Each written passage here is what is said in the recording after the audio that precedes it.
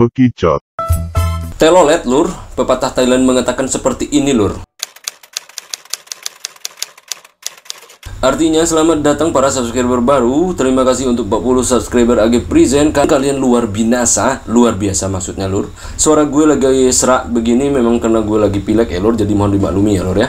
Kali ini gue akan ngulas episode ketiga dari mini series Death Match for Beauty ya lur, atau The Most Prohibited, judul versi Inggrisnya. Dan ini episode terakhirnya lur. Bagaimana akhir dari petualangan asmaranya di balik asramanya si Kirsten Thornvald di episode ini? Jawabannya lur. Di episode 2 kita telah melihat watak si Kirsten ya lur. Dia adalah orang yang begitu ambisius. Dia menyingkirkan semua yang dianggapnya akan menghalangi ambisinya, dan termasuk juga anaknya yang mengetahui rahasia besar dari perserongannya dengan banyak pria ya lur ya. Film yang diproduksi oleh Gota Film Swedia ini, jika dilihat dari episode 1 dan 2, dianggap sudah memenuhi sedikit unsur untuk menjadi sebuah mini series besar ya lur. Baik dari acting para aktornya dan dari sisi pencahayaan gambar ataupun kostum yang sangat memikat sekali ya lur. So, mari lur langsung saja bekicotkan cekidotnya lur.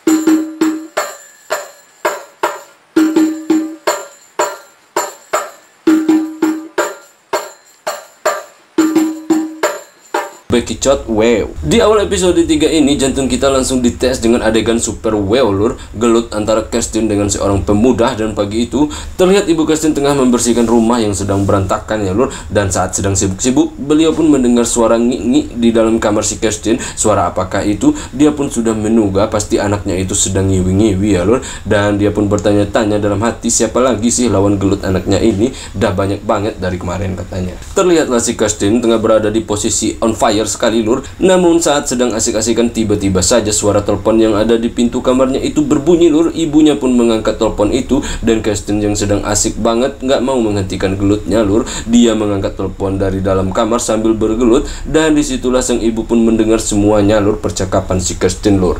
Apa sih percakapannya? Dan ternyata telepon itu tak berhenti lur. Ibu Kirsten kembali menerima telepon itu, sementara Kirsten melanjutkan gelutnya. Kali ini telepon datang dari kantor polisi lur, di mana polisi ingin berbicara dengan Kirsten. Akhirnya ibu Kirsten pun masuk ke kamar Kirsten. Saat itu Kirsten tengah asik gelut lur. Akhirnya mau nggak mau mereka pun stop, dan Kirsten pun menerima telepon dari polisi itu. Di sini kita tahu bahwa lawan gelutnya Kirsten itu adalah suami barunya ya lur, dan dia sedang bermasalah dengan pihak kepolisian. Dan ini suami ketiganya lur. Siapa dia? Dia adalah Spain, diperankan oleh David Rangborg ya lur. Pagi itu terlihat suasana rumah yang kacau balau, dan suami Kirsten dengan santainya jalan make CD di dalam rumah. Padahal di rumah itu ada ibu Kirsten ya lur dan anak-anaknya. Dan hari itu Kirsten akan pergi mengajar di sebuah kampus lur, dan sekarang dia ternyata sudah bekerja sebagai seorang dosen juga lur. Dan di kampus tempat dia mengajar itu berita buruk pun datang kepadanya lur. Apa itu? Simak lur, karena ada di cerita film ini ya lur. Sepulangnya dari kampus, Kirsten melihat Spain, suaminya, masih aja tergeletak di tempat tidur. Dia malas banget orangnya, dia nggak ngapa-ngapain seharian lur. Dan terlihatlah wajah kesal di muka Kirsten ya lur.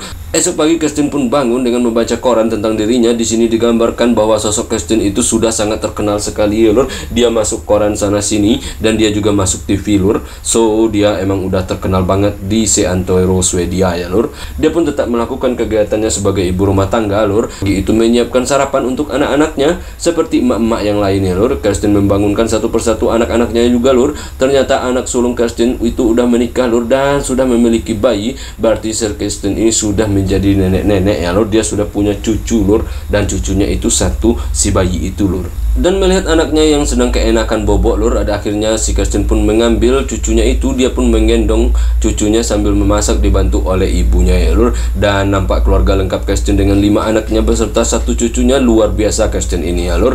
Dan semua anak-anak Kirsten sangat takut dengan sosok Kirsten lur. Dia sangat tegas orangnya, dan dia sangat berprinsip ya lur. Jadi nggak ada satupun anaknya yang berani membantah dirinya. Tak lama kemudian datanglah suami Kirsten, si Spain. Lagi-lagi dia hanya pakai CD, dan Spain yang seusia dengan anak sulungnya si Kirsten ini disambut dengan sinis oleh anak-anak Kirsten ya lur.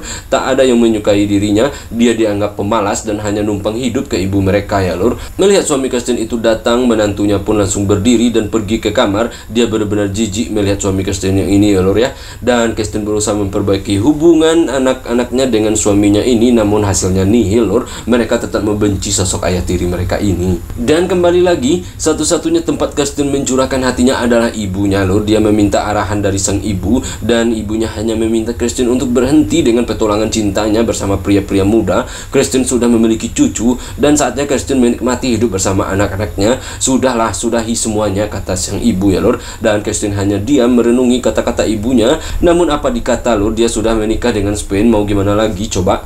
Dan siang itu Kirsten melakukan negosiasi terkait buku barunya yang berjudul Dead Mass for Whitney lur, seperti judul film ini lur. Nah, di sini tak tercapai sebuah kesepakatan dengan sang penerbit buku itu, karena buku ini menuai kontroversi karena dianggap buku ini menggambarkan kepribadian si Kirsten yang sangat vulgar ya lur. Dan beberapa dari penerbit menyarankan revisi di beberapa buku, namun Kirsten nggak mau lur. Som till exempel visar att hon är kåt och inte skäms, menar du? Ja, precis. Jag har läst någonting liknande faktiskt. Känns nytt, eller hur? Verkligen. Känns nytt. Jag är ledsen, men jag tror inte att våra läsare vill läsa om en kvinna. Du upprepar det väldigt ofta i den åldern. Kirsten pun marah, dia pergi keluar. Disinilah kita melihat si Kirsten ini adalah penulis terkenal. Dia sangat dibutuhkan oleh pihak penerbit ya lur. Pihak penerbit mengejarnya dan mau menerbitkan bukunya ya lur tanpa ada revisi. Itulah kekuatan dari sosok si Kirsten ya lur. Dia nggak mau melakukan kemauan orang, tapi dia memaksa orang melakukan kemauannya lur. Dan saat balik ke rumah kembali lagi, dia melihat lakinya masih juga tergeletak di tempat tidur lur. Seharian dia hanya di kamar doang. Kirsten pun kesal minta ampun lur. Jangankan kerja, bersihin kamar aja dia nunggu Kirsten pulang ya lur. Namun Kirsten mencoba bertahan. Sebenarnya dia bisa saja nyuruh pria ini pergi, kan mereka belum punya anak. Namun Kirsten sangat takut kehilangan sosok pria di sampingnya lur, karena kebutuhannya akan nafkah batin itu sangat tinggi ya lur. Dia punya libido super wow. Hari itu mereka pun bertengkar karena Spain benar-benar tersinggung dengan ucapan Kirsten yang meminta dirinya untuk kerja lur. Dan Kirsten gak mau, anak-anaknya nganggap Spain numpang hidup sama dia. Bagi Kirsten gak masalah, namun bagi anak-anaknya itu loh maksudnya. Dan Spain tersinggung bahwa Kirsten sama aja dengan anak-anaknya, dan akhirnya Spain pun pergi hari itu lur. Kirsten pun tak sanggup mencegahnya. Malam itu Kirsten pun kembali curhat dengan ibunya. Beliaulah satu-satunya tempat curhat ya lur, yang paling ampuh dan paling melapangkan dadanya lur. Dan ibu Kirsten meminta Kirsten mencari Spain, kemana dia pergi, dan ajak dia kembali dan menjelaskan masuk Kirsten tadi agar masalah mereka selesai. Dan Kirsten pun mengikuti saran dari ibundanya ya lur. Dan malam itu Kirsten pun keluar rumah lur, dan dia berjalan ke sana kemari mencari alamat, namun nggak ketemu-ketemu sama si Spain suaminya. Kirsten pun menghampiri bapak-bapak yang lagi nongkrong. Mereka nggak melihat Spain di sekitar sini katanya, dan Kirsten mencoba menelpon ke salah satu mahasiswanya yang memberikan kabar mengejutkan ke dirinya kemarin lur, di mana mahasiswa itu melihat suami Kirsten bersama dengan salah satu mahasiswi Kirsten ya lur. Dan itu sudah 3 kali dilihatnya. Nah, saat Kirsten tahu bahwa barusan mahasiswanya itu melihat Spain pergi lagi ke rumah Spain bersama mahasiswi itu, Kirsten pun menangis jadi-jadinya ya lur. Ja, det är han. Är Svenne där? Är han död? Det är till dig. Men min lilla gris. Gråter du? Jag vill att du kommer nu. Snart, sa jag. Jag trodde att du var död. Di sini dia baru tahu kalau Spain ternyata serong dari dirinya, padahal selama ini dia yang nyerongin lakinya ya lur. Dia baru tahu ternyata dia telah diserongin sama Spain selama ini lur. Padahal kurang baik apa dia sama Spain, dan Kirsten telah berniat ingin belajar setia, namun ternyata dia diserongin lur. Hancur sudah hati si Kirsten ya lur. Dan Kirsten pun pergi ke rumah Spain dengan tergesa-gesa ya lur. Dia sudah nggak sabar menggerbek Spain. Dia pergi dengan gejolak di hatinya, dan sesampainya di rumah Spain, segeralah dia bertemu dengan Spain ya lur. Dan dibukalah pintu kamarnya si Spain. Betapa hancurnya hati Kirsten melihat Spain, lakinya itu benar-benar sedang asik gelut sama seorang mahasiswi di kampusnya Kirsten ya lur. Dan itu mahasiswinya sendiri lur. Tanpa ampun Kirsten meminta Spain berhenti. Spain malu bukan kepalang ketahuan dalam keadaan begini ya lur. Dan Spain berusaha menenangkan si Kirsten, namun Kirsten gak terima lur. Kirsten meminta Spain untuk kembali ke rumahnya dan ngobrol dengannya, kita selesaikan ini semua. Namun Spain gak mau ya lur. Dan Spain akhirnya minta cerai lur. Dan Spain pun mengusir Kirsten pulang, namun Kirsten nggak mau pulang lur. Pusing amat, Spain pun menelpon polisi untuk memaksanya pergi ya lur. Tak lama kemudian datanglah polisi. Mau nggak mau si Kirsten pun harus pulang ya lur. Kirsten pun diantar oleh polisi sampai di depan rumahnya, dan betapa terkejutnya anak dan ibu Kirsten melihat Kirsten diantar oleh pak polisi. Mereka berpikir apalagi yang dilakukan oleh ibu mereka di luar ini. Nggak ada habisnya perangai sang mama. Kirsten tak banyak bicara, begitu juga anak-anaknya tak ada berani berbicara ya lur. Dia pun langsung ke kamar dan merenungi nasib dirinya lur. Nggak nggak mau lagi ada bayangan Spain dalam hidupnya, Kirsten mengganti semua spray dan kasur yang ditiduri Spain di kamarnya ya lur. Kirsten pun bobok cantik malam itu, dan di tengah malam telepon pun berbunyi lur.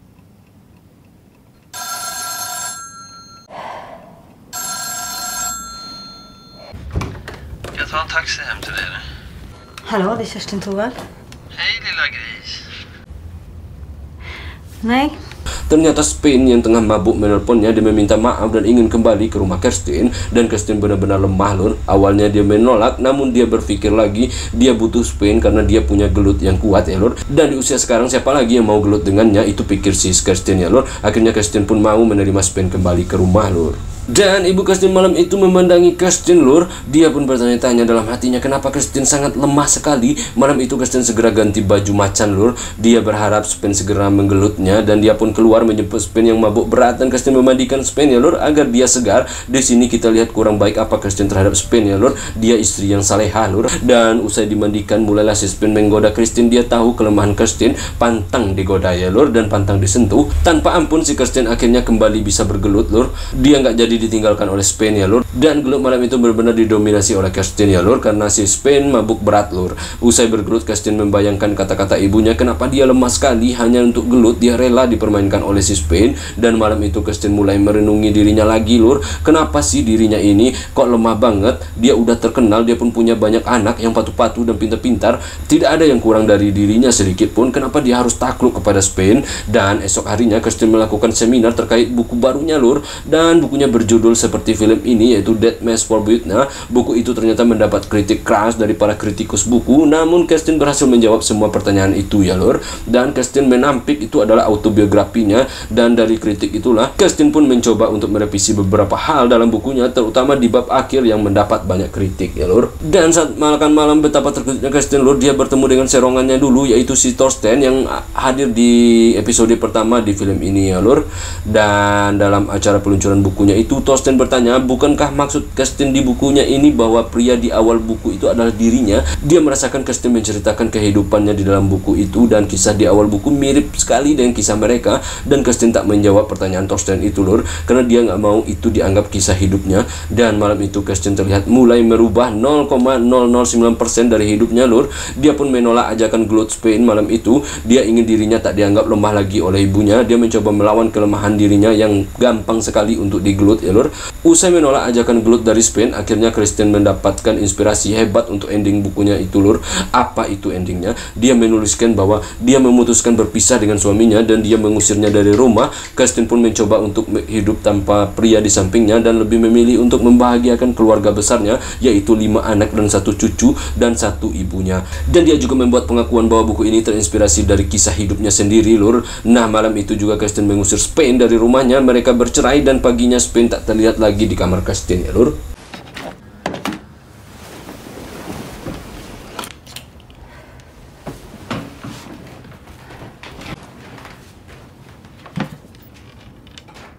Dan Kirsten pun hari itu meminta bantuan ke anak sulungnya untuk membantunya menyusun buku-bukunya itu. Namun sang anak terlihat terlelap bobok, dan dia nggak mau mengganggu mereka. Akhirnya Kirsten kembali lagi dibantu oleh sang ibu ya lur. Ibunya selalu menjadi solusi akhir dari semua masalah hidup si Kirsten ya lur. Dan mereka menyusun lembar per lembar buku Kirsten, hingga akhirnya buku itu siap untuk dirilis dan diproduksi dalam jumlah yang banyak ya lur. Dan suatu malam Kirsten menemui ibunya yang tengah tertidur lelap ya lur. Dan Kirsten tiba-tiba saja meminta maaf ke ibunya. Dan Kirsten tak mengatakan bahwa dia menuliskan perasaannya waktu remaja terhadap pandangannya ke sang ibu. Dia hanya mengatakan meminta maaf atas dirinya yang selalu merepotkan sang ibu ya lur. Den är antagen nu, boken. Nu måste de ju tycka att den är väldigt bra. Det gör de. Jag är så redan. Jag ska ju hjälpa dig att passa tösen ikväll. Och jag vill att du följer med mig till doktorn. Kirsten pun pergi makan-makan bersama ibunya, dan ini tak pernah dilakukan oleh Kirsten seumur hidupnya ya lor. Inilah kali pertama Kirsten makan berdua bersama ibunya di sebuah restoran ya lor. Ibunya masih gamang dengan maksud permintaan maaf si Kirsten, dan tiba-tiba saja Kirsten meminta ibunya meluangkan waktu untuk membaca bukunya, dan percakapan usai sampai di situ lor. Esok harinya anak-anak Kirsten beserta menantunya memberikan selamat kepada Kirsten atas rilis buku terbarunya ya lur, dan mereka mendoakan buku itu laku keras, dan betapa bahagianya Kirsten melihat anak-anaknya kompak begitu. Dan sampai di sini Kirsten mulai bisa hidup tanpa pria di sampingnya. Satu pertanyaan bagi si Kirsten, dia tak melihat ibunya waktu itu, dia pun mencari beliau. Betapa terkejutnya Kirsten melihat sang mama tengah berkemas ingin pulang kampung dan beliau mengembalikan buku Kirsten. Apa yang terjadi? Ternyata beliau begitu tersinggung dengan buku Kirsten usai membacanya. Inilah alasan Kirsten minta maaf ke beliau ya lur. Apa itu isinya? Nanti gue jelasin lur. Di suatu malam anak Kirsten pergi ke sebuah pesta. Kirsten dititipin cucunya. Nah, terlihat Kirsten kalang kabut malam itu, dimana dia harus bekerja dan dia harus menjaga cucunya yang terus saja menangis lur. Dan Kirsten di sini panik ketika cucunya tak henti-hentinya menangis. Disinilah Kirsten menyadari betapa besar jasa ibunya ke dirinya ya lur. Sang ibu mengurus 5 anak Kirsten, beliau pun juga mengurus cucu-cucu Kirsten, tak ada letihnya. Namun Kirsten baru semalam aja udah keletihan ngurus cucunya ya lur. Kirsten pun menelpon anaknya dan memintanya pulang ya lur, dan anaknya pun pulang untuk menjemput sang cucu lur. Dan pada suatu malam ibu Kirsten pun kembali ke rumah. Tentu itu semua berkat usaha Kirsten membujuknya, dan disitulah Kirsten mengatakan semuanya lur. Ini yang membuat sang ibu marah ya lur. Dalam buku itu Kirsten menulis tentang apa yang terjadi pada dirinya sekarang karena ulah ibunya yang mengekang dirinya waktu masih remaja lur. Kematian ayahnya membuat dirinya bingung dengan sosok pria. Oleh karena itu dia begitu haus dengan kasih sayang pria, karena sehari-hari dia hanya hidup dengan ibunya tanpa seorang pria di rumah. Dan Kirsten menuduh ibunya membuat kehidupan remajanya seperti di penjara. Dan Kirsten menjelaskan ke ibunya maksud dari tulisannya itu, bahwa itu adalah pandangannya dulu, dan sekarang dia sudah menyadari betul bagaimana arti didikan sang ibu sehingga dia bisa sukses seperti ini. Dan Kirsten meminta maaf ke ibunya atas tulisan yang ditulisnya di buku itu ya lur. Dan ini adalah permintaan maaf yang kesekian kali. Akhirnya mereka pun berpelukan lur. Varför sa du det där var Stockton? Om män med överdriven drift.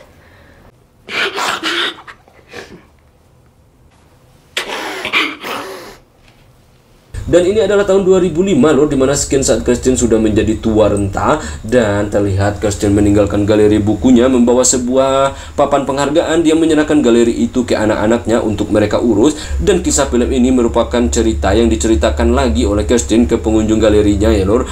Usai bercerita terlihat pula Kirsten yang tua renta meniti anak tangga dengan sebuah kesuksesan di tangannya ya lor.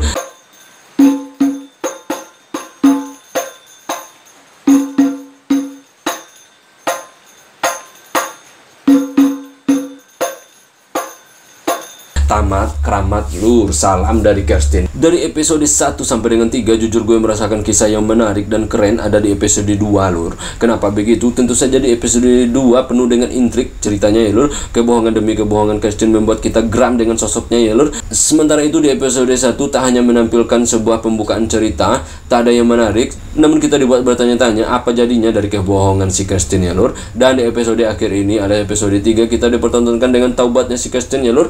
Karma kembali kepada dirinya. Dia sudah menjadi seorang yang setia dan dia tak ingin meneko-neko lagi dengan urusan asmara. Namun kali ini dia diserongin ya lur. Padahal dulunya dia yang jadi raja serong ya lur. Dan Kirsten pun merasa bagaimana sakitnya diserongin. Dan itu pelajaran berharga banget menurut gue lur, bagi kita sebagai penonton ya lur. Terkadang manusia harus merasakan sakit agar tahu rasanya disakiti lur. Gue ingin mengomentari secara umum film ini. Yang pertama adalah sisi kostum lur. Film ini benar-benar habis-habisan dalam hal satu ini. Bisa kita lihat dari semua perabot dan baju yang digunakan oleh para aktris benar-benar terlihat klasik sekali ya lur. Dan membuat kita sebagai penonton bisa bernostalgia ke zaman 50-an. Dan dari sisi pewarnaan film atau pencahayaan juga sangat keren abis. Tova Magnusson memilih menggunakan warna yang sedikit pudar dan itu sangat masuk sekali dengan cerita film ini ya lur. Lebih menceritakan tentang sebuah keceriaan dan sedikit duka di film ini sebenarnya. Chiwetel Toral benar-benar menjadi nadi dalam cerita film ini. Dia sukses menghidupkan cerita dengan karakter Kirsten yang punya kisah hidup berliku-liku dan aktingnya juga sangat natural banget. Namun kacamatanya sedikit mengganggu bagi gue lur. Itu kacamata modern banget ya lur, sehingga mengganggu pemandangan kita. Begitu juga dengan ibunya yang diperankan oleh Anna Björklund juga tampil maksimal di film ini lur. Beliau mampu menampilkan dirinya sebagai sosok seorang ibu dengan begitu sempurna. Dia berwibawa di mata cucu-cucunya.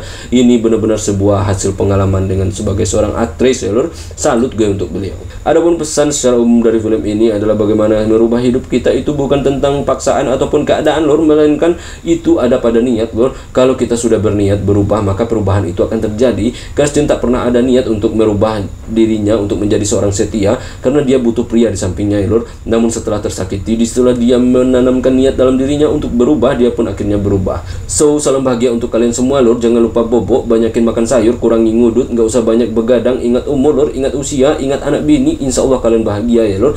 Ciao, marilah kita marki. Ciao Lur, ciao.